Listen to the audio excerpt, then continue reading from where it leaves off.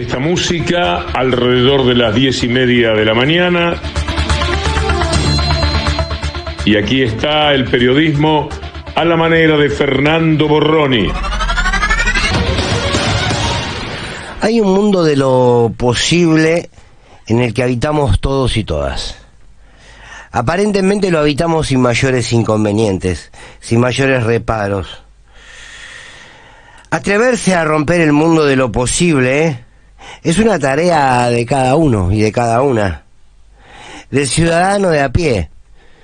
Pero también es una tarea por sobre todo de la política. Y no hablo de los grandes dirigentes políticos solamente, sino de todo aquel que se sumerja en el mundo de la política. Quebrar los muros de lo posible. El mundo de lo posible es parte, estoy convencido, de un pensamiento único que se ha instalado. Y ese pensamiento único nos limita. Y nos dice, hasta aquí esto es posible, detrás de este muro no. ¿No será que lo posible en realidad es lo permitido? Claro, esto sí podés hacerlo, esto es posible hacerlo, y porque en algún punto aquellos que dominan el lenguaje, la política, la economía, la comunicación, la cultura, la educación, nos dicen, esto está permitido. Y quizás podemos animarnos filosóficamente a poner en discusión si lo posible y lo permitido, al fin y al cabo, no quieren tener un mismo concepto. Entonces les propongo hablar de lo imposible, porque de lo posible se sabe demasiado. Me pregunto por qué se cree imposible construir una sociedad más equitativa. Para construirla hay que salir del posibilismo político, porque el posibilismo político es el modelo imperante. Esta idea de posibilismo político la viene repitiendo mucho nuestra colega y amiga Cintia García, y es muy cierto. Ahora, pensémoslo así, lo posible también es el modelo reinante. Una sociedad más equitativa se construye, por ejemplo, descomprimiendo toda concentración posible, toda concentración existente. La concentración de la economía, la concentración de los medios. Rompiendo esa concentración se puede construir una sociedad más equitativa. Pero claro, el relato de lo posible nos dice que esto no suele suceder. Es para los nostálgicos, para los románticos de la política. No.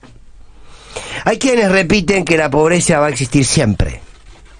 Y que el poder real siempre será el poder real y que es invencible. ¿Saben que existen países en el mundo en donde no hay pobreza? Por tanto, imposible no es.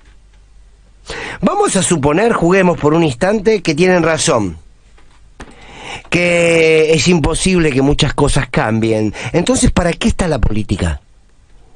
¿Para administrar el mundo de lo posible?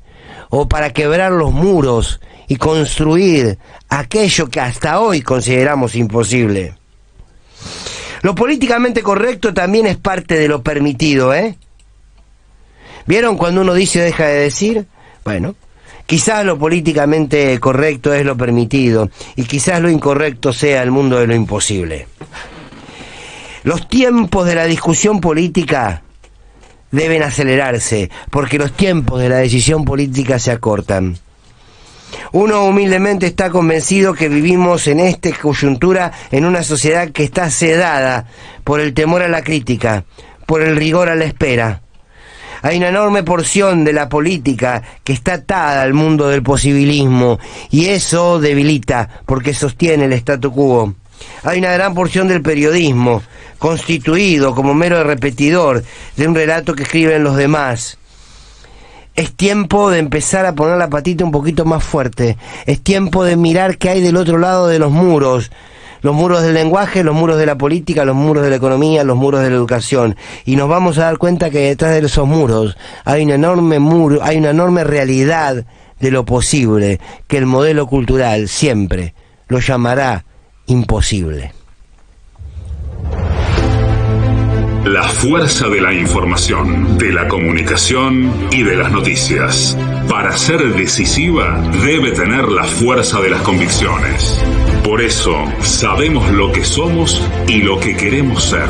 Objetivos, pero no imparciales.